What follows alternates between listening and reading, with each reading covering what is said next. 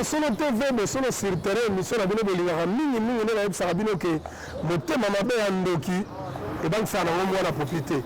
Nayebisaki bino moto anzala na feti azalaka mingi na masolo mingi te mpo na ye azalaka kaka yango banda toyaki biloko oyo vocabulaire nini toye ata invité etalaka ye te. Yango nayebisaki bino ke mosala journaliste il faut kokita sur terrain orécolter bainformation traité diffusé mpo mokonzi ya mboka nzambe te mpo ayeba baréalité nyonso bato bazovivre sur terrain. Bosono TV, Bosono sur terrain, napesi bino mbote partout bozali, bato bazotala biso, bato bazotala biso partout à travers la République. Nayebisaki bino Bosono TV ezalaka na Canal Plus, toza na Canal 3, toza na TNT, toza na ISU, toza presque partout. Bato nyonso bazolanda biso na minute oyo baza déjà kosepela mpo Bosono sur terrain soki ekiti terrain, toutes les réalités ya terrain tokomisela bino. Tovandi tokanisi makambo eza mwa mingi, bato baye koluka biso na biro mangu, tokita na Ngaliema. Tokiti na Ngaliema, tokokota tina site oyo yabengaka yango site 3 comme zone 3 tokiti na zone 3 awa na bede Ngaliema babengaka yango bede Ngaliema toza na kati nde place tokomi tokuti makambo eza ebele awa makambo oyo tokuti awa nalingi bino moko bolanda bo découvrir eloko nini biso tokuti awa et pourquoi awa menace ekomi moko kolanda makambo ebele samedi moko outi koleka awa gouvernement provincial asimaki mwa mokanda moko awa mpona kodemolir baconstruction anarchique tout oyo ezali pembeni ya bamai notamment bafleuve Congo notamment bamai na biso banjili nde basinyaki mpo babuka bakomi awa ntina bede Ngaliema mpo babuka nini esengi babuka awa mpe pourquoi epuis pourquoi mpo babuka te esaka mituna oyo natike bino bokolanda na kati ya mpo bodécouvrir ndenge nini bango moko bakolo site ndenge baexplike awa tozali na basite lokola site ya Chani Metal, toza na ba site lokola ya Baobira, toza na site lokola ba site appelé za mobile. Donc la ngambo ngona beso ko total toza na Brazzaville, ma ezali kadeli biso na bango, donc mokili bele ezali awa na bede Ngaliema. Yango to yaki poto yeba nini ezoleka awa sur terrain. Pour que tu aies la bureau de la journaliste, ils ont quitté sur terrain pour récolter des informations, pour traiter pour battre la baïba. Et en plus, tout ça dans mboka moko biso to lobaka to la politique à continuité. Nous on avait tanga ma solo soi-disant na ebité ça solo mais bon la supposé kaka que ba sobe moto président Félix Asali et ça biloko le président Kala atika ba projet wana tant il y a yenda sali continuité à l'état. Donc c'est-à-dire tant continuité à l'état bani na sommet bato no so ba na sima il faut pe bana na lokolo pour continuer à l'état et ça les mais ba détail tout dans la mairie de la quartier pour la civile de TV radio to ko image zo la gisa to salaire bien sûr la baie de Ngaliema à part on a tiré entre parenthèses na ina no baboy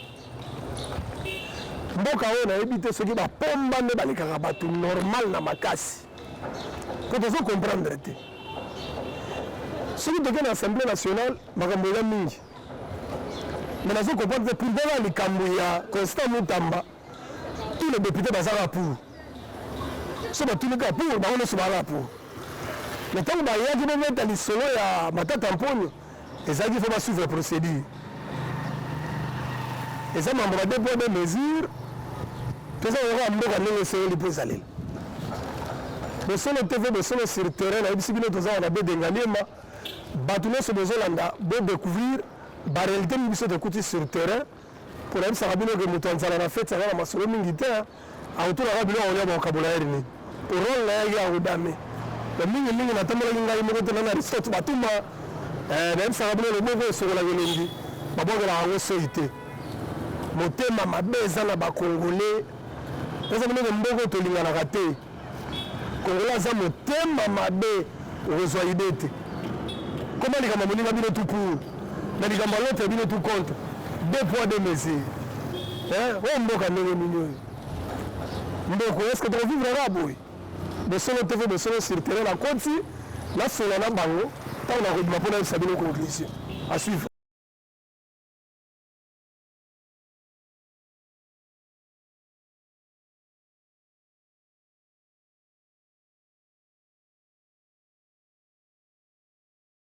Moi c'est M. Tembo. Bon, nous avons acheté ici d'abord, c'est parce que avant d'acheter, il y a des procédures qu'on suit selon la législation. Et toutes ces procédures-là ont attesté que la concession au Bouira était en ordre avec les documents et au Bouira était en mesure de nous vendre les parcelles légalement. Et comme d'habitude, nous sommes souvent conseillés par des avocats. Les avocats ont consulté les dossiers de Obouira et nous a conseillé utile d'acheter les parcelles. Nous avons acheté des parcelles ici, c'est parce que Obouira avait un projet sur ces sites. Et il nous a fait appel pour acheter les terrains pour accomplir le projet de ces sites. Lorsque nous avons acheté, nous avons demandé même les autorisations de construire.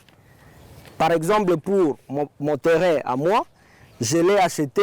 Après l'avoir acheté, j'ai demandé l'autorisation de construire, que j'ai même à main ici. Et j'ai les preuves de paiement de l'argent que j'ai versé dans le trésor public.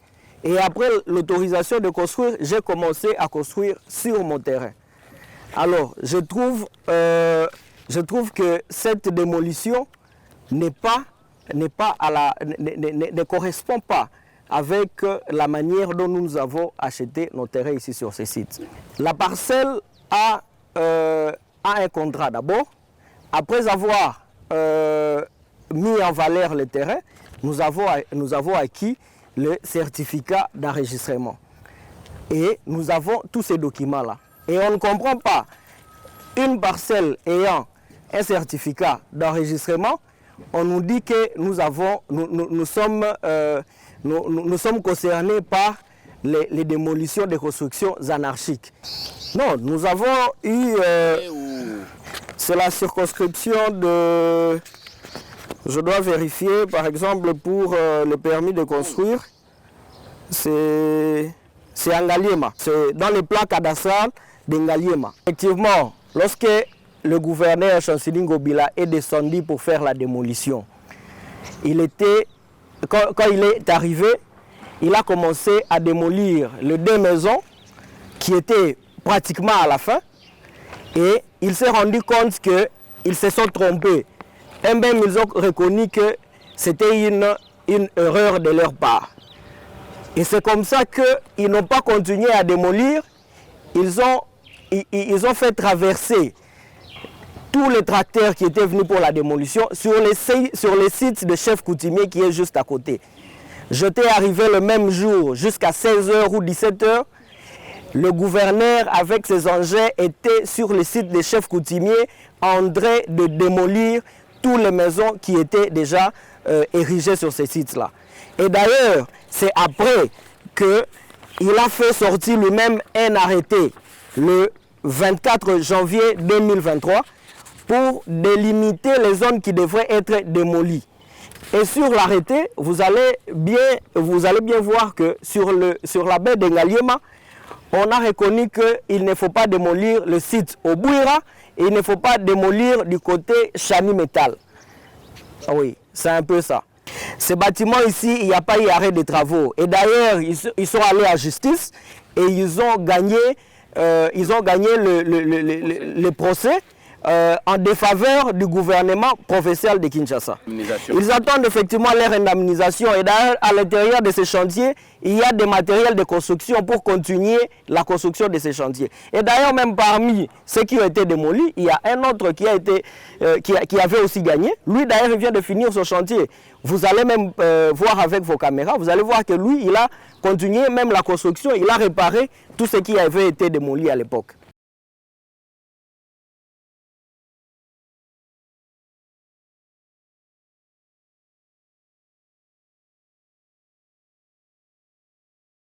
Bala nyonso sur la télévision boti kolanda ndenge ndeko expliquer awa. Ndeko na tika na expliquer de la français pour yeli ngala zo de moi nzoto. Ya wa expliquer de la français mais est-ce qu'on a lingana na bande na lingala po bato bazo na biso ba comprendre sens ya likambu na ndenge makambo ezo kendeli. Donc ça se que toza na commune na biso Ngaliema awa na site to na zone ya bede Ngaliema. Madame Ménéga ezali un peu moins moulaï, mais nous relatons quelques minutes. Maintenant, c'est bien que le gouvernement provincial, la ville à Kinshasa, bato kosigner arrêté moko mpona kodémolir to mpona kobuka baconstruction anarchique baprécisaki mpe bato batongi tout au long ya bamai mpo bamai etikala un peu libre kosino te ntango bamai ekoya bainondation oyo osala bato bazosino oyosala malamu te ide ezalaki malamu biso esi tosepelaki nango ntango mosuku bakiti sur terrain ministre na biso ya environnement provincial oyo nde azosupervise yango bakiti sur terrain babandi kotala place ni bakobuka place ni bakobuka biso toyebaki bakobandaka kobuka na mai ya njili kote ya ndanu wana kote bato bazindaki mpenza mais kuna jusqu'à aujourd'hui tomoni ono place babuki te na bazobuka na baplace mosusu tomoni moni mais ntango toyekisango ke baye kobuka awa na bedengaliema awa eza na bazone moko awa to basite pardon gouverneur na biso ya kala Chantilly Ngobila na 2022 ntango yaka kobuka bandako awa na bedengaliema ntango ayaka abandi kobuka bandako bato batongi malamu te bato batongi malamu te ye moko avanda ye koremarke non bakokobuka bato te mpo bazone bango bazali ezali zone moko ezali musika ya mai donc c'est-à-dire yango na ebale eza pembeni te eza mpena musika donc bakokobuka awa te ye moko etat gouverneur aye abuki mo ndako ndenge bozomona ntango abuki yango aye koremarke ke il fallait pas abuka ndako wana babukaka ndako wana ezalaka misato oyo eza na nsima nango mpe babukaki moto ya nsima ntango bake bafuni na parke basololi tititi bato babukaki awa na bedengaliema balongi leta bandi kofuta afuti moto aza na nsima moto ya liboso ti lelo nano bafuta ye mbongo na ye te potango ministre ayaki awa ministre ntango amoni ndako ndenge buka ministre ase basé awa na yango alobi ke bato nyonso bazotonga baza batoti oyo lokola babukaki nde ye azozo exemple ya ndako wana moto aboyi kotonga yango nde ndako wana etikali bongo or moto wana azozela leta afuta ye mbongo mpo azongela misala na ye mpo soki otina kati ya ndako ndenge ezali awa basima ezali baba defere ezali biloko nyonso eza na kati bazelaka kaka leta futa bango mpo bango basala bakontinue mosala na bango apart ça na reto basigne wana epekisa babuka lokola na chami metal bango ebuka zone wana te awa mpe site oyo ya biso ya ubwira awa bakoki mpe kobuka yango te parce que ubwira aza na banorme c'est-à-dire asomba meme na place oyo esengelaki asomba nasali ntango bazotekela ye place wana na leta ye moko leta yebisaki yoke awa c'est bon kuna okokaki kosomba te parce que eza na mai bakomi na ebale te bango baza libanda ya ebale nde place totelemi mais mpona koyebisa bino ke ntango moto aye kokota mokonzi mpona koremplace moninga tobengaka eloko wana continuité ya leta ntango continuité ya leta esalamaka elingi koloba nini oyo ngai nakutaki moninga atiki mikanda na mesa ngai mpe na ye natali mokanda nabibo mokanda ezali bosafa nalandi mpe modele oyo atikelaki mokanda mpona bilobi tobenga eloko tobengaka na lopoto continuité ya leta mais ntango gouvernement provincial edeside ya awa kobuka ndeti awa na site oyo totelemi site ya obwira bino moko botala mpena tv ezolakisa obwira oyo bango kobuka yango na sensi nini parce que arrêté ezali arrêté ezolakisa ke bakoki jamais kobuka obwira mpe obwira awa asomba na banorme totali mikanda nyonso ndenge leta ye moko apesa bango espace oyo mais kokamwa ministre environnement ye na équipe alobi ke ifo babuka awa kobuka eza bien na mpe kobuka bakotya nini ya soki ezali pour les intérêts ya baétranger wana eza sula ntina te bana mboka nde basombi batongi yawo parce que lisolo oyo ntango na bareseau sociaux awa bakobuka te mpo bapoliticien bato bakipaka awa bakobuka te mpo basoda bato awa politicien azali te natali bamikanda nyonso awa politicien aza ata moko te awa nyonso ezali bakongole lokola ngai na yo nde bato basombi awa nde bazotonga mpe bango nyonso baza na mikanda na bango ndenge bamoni bandako etelemi awa bino bongo botala site ezali awa site abo babuki site abo tala baimmeuble pena bo ndenge batongi site oyo monde mosusu tala pena ndenge biloko efani mais pour vous dire que nyonso tozoloba awa il faut boyeba ndenge makambo ezosala po soki boyebi te eza na ntina moko te yango tointerpele bino ke yango torapele bino torapele kaka na mokonzi ke ayebaka ke site oyo ils ont occupé. C'est-à-dire, arrêter ancien gouverneur a signé dans la Kalangobila. Mais Tikali a la continuité. Il y a un banda qui est un peu bâtiment pendant la molongo pour bakoki buka yango te po ezali bazone ezali réservé et ko simba maté. Bosolo TV, bosolo sur terrain bela ni ndenge ba omoko ba expliquer. Na ndenge na tsebi na pe na mwa lingala po mama ndunda zo mota oyoka po français po bomimboko wa. Pour matata po na ela ka France mo ya macroéconomique. Si les gens ont une certification en route, c'est pas le cas de ma tête, mais retourner sur l'accès à nous. Que nous, c'est le bas de la zone battue. Bon, c'est le TV, bon, c'est le ciel. Tu n'as pas la vie de mon ok. Mboka wa zamboka na biso. Biso nyonso tozana ngombe tozalia. Les gens qui ont besoin de fonction, président de la République, premier ministre, député, journaliste, coopérant, commerçant, ndoto kabwani. Ma part on a biso tout. Tozana ngombe. Et lui Gorbanini. Bamisela biso opération mo wa Kinshasa 03. Bazoka 39 millions série wana. Babambaka mo 12 mois 13 mois 14 mois 15 mabulu. Là on est kindaka. Nzela zaka na ko isagenique. Et betika à 12 tous les mabulu zonga. Mais nous sommes tombés à Kinshasa mabulu mais ali à commande pena banzela yati. Mais na souci ya organisation mboka 41 millions. Et bibi lisusu. Pour la bambara na bulu. Comment on l'a 24 à Selembao. Nous sommes les salamata. Zele lali. Banzele zako. Banzele zako. Beba na ville à Kinshasa. Les 41 millions d'ennemis. Si nous sommes en bon wana. Bon peut dire que nous sommes na maboko. Si nous sommes au nous sommes de faire la maître. Ah, état de droit. État de droit. Moi, le président Fasti, ancien judoka, quand nous sommes à Ibarate. Les cérémonies au président Kabila betara batu abetara Sakari mele toyoka to confirmer. Est-ce que ça va solo? Ça va solo. Le président Fati a judoka. To ko peut-être ma solo bena mutamati akiti. Ko ba vraiment ba mettre mutazile la ratia la poche mutarutuna zati.